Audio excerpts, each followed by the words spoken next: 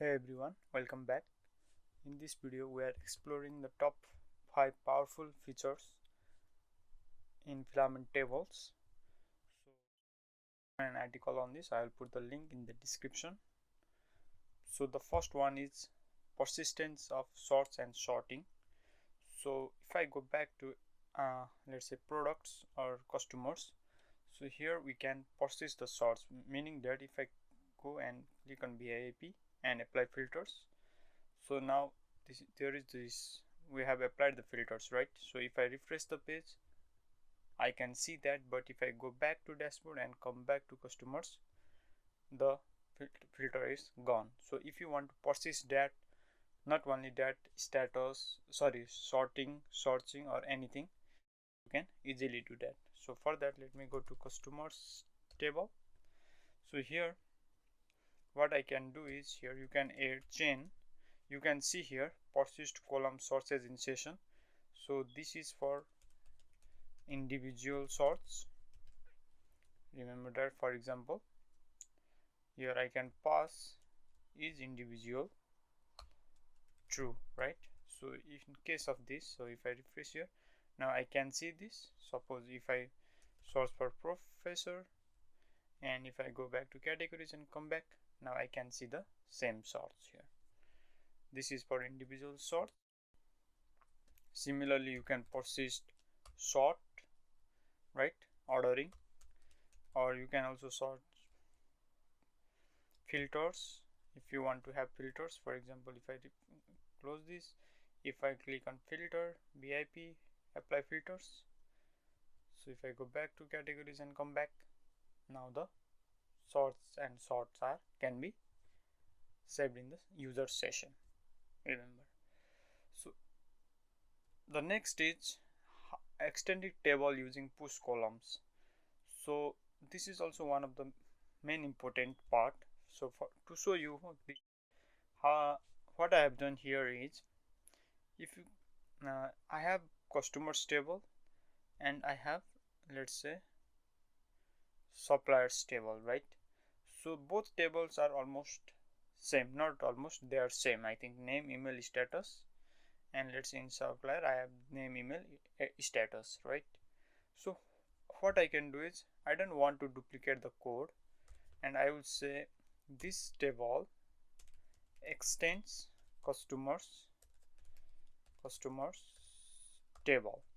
So now I can extend this, and what I will do is, here I will call parent configure method instead of this and return that, right?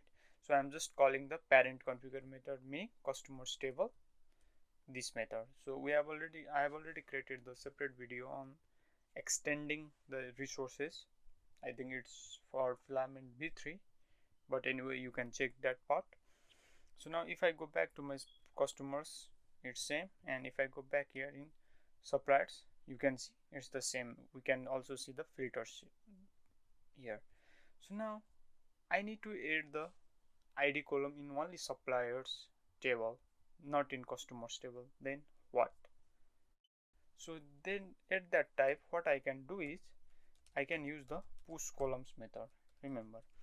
So if I pass the columns method, it will remove all the columns here because we are overriding the columns. So instead of overriding, we can append them with the help of push columns. Suppose text column make ID. Refresh. Now I can see ID in suppliers table but not in customers table. So this can be useful when we are extending any resources or pages from the packages. So this might be helpful. So now let's go through the grouping rows. So now for that, also in the case of products, if I let me go to products table, so now you can easily group the pages here, right? Try with status. So now what I can do is, I can pass default group and then pass the column name status. So if I refresh here, now you can see status draft, and similarly status published, and then status out of stock. Now I can see on the basis of status. Not only that, I can pass multiple columns, right, for status. That is, I can say groups and then pass status here, and let's say we can also do with the relationship. Suppose I want to group them with category name, right, with categories, so I can pass the category name here, or let's say with supplier.name here. So now this will create us the three groups functionality, and this is the default group will be here. So if I click on products, now you can see it's by status ascending by default. I can click on category. Now you can see category accessories, electronics, furnitures, and office. So it's very easy to see on the basis of category, or we can also see on the basis of supplier. Supplier 1 products, supplier 2 products, supplier 3, and then that's the thing. So this is how we can group using group the columns, right? So now next is single column action and URL. So this is also one of the important things. For example, if I want to go to category from my product page, what I need to do, either I need to create a custom action here, view category, right, so or view supplier. So instead of that, what we can do is we can always pass the URL. Let's say let's send with the URL. I will always get the record, right? So this will be that particular current record. So from here, what I also do is category resource get URL. I don't have view page for now, so I am redirecting them to edit page, and I can pass record parameter, which will be record category ID, right? So now if I refresh here, now if you can see it's underlined over. If I click on category, now I can see that particular category in category resource. Office, yes. Not only this, we can also use actions here, right? Action, and then here we can pass action make view. So now here you can do anything here, and then from here we should say, let's say action function $record dd record. I'm just item the record. If I click on here, you can see we have this product model. Suppose you may want, like, if you click on supplier details, you can open the model with supplier details, or you can create a email pop-up directly, especially in, for example, suppliers. In this email address, when the user clicks on, we may have the functionality to create a email. We can show the email pop-up and then send button.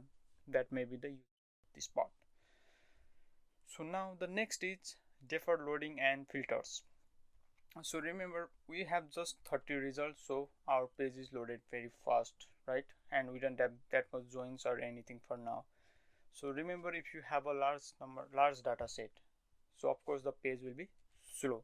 So for that, what we can do is we can always use the deferred loading here, right? This will always load the page and then load the data. Remember, you can see here the page is loaded first, and then we can see the list of data. Not only here, you can also do the same thing with filters. If we have, okay, we don't have filters here. I think in customers table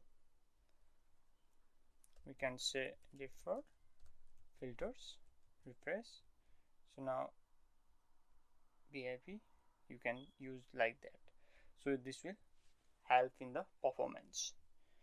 So these are the major 5 tips and tricks related to Filament Tables.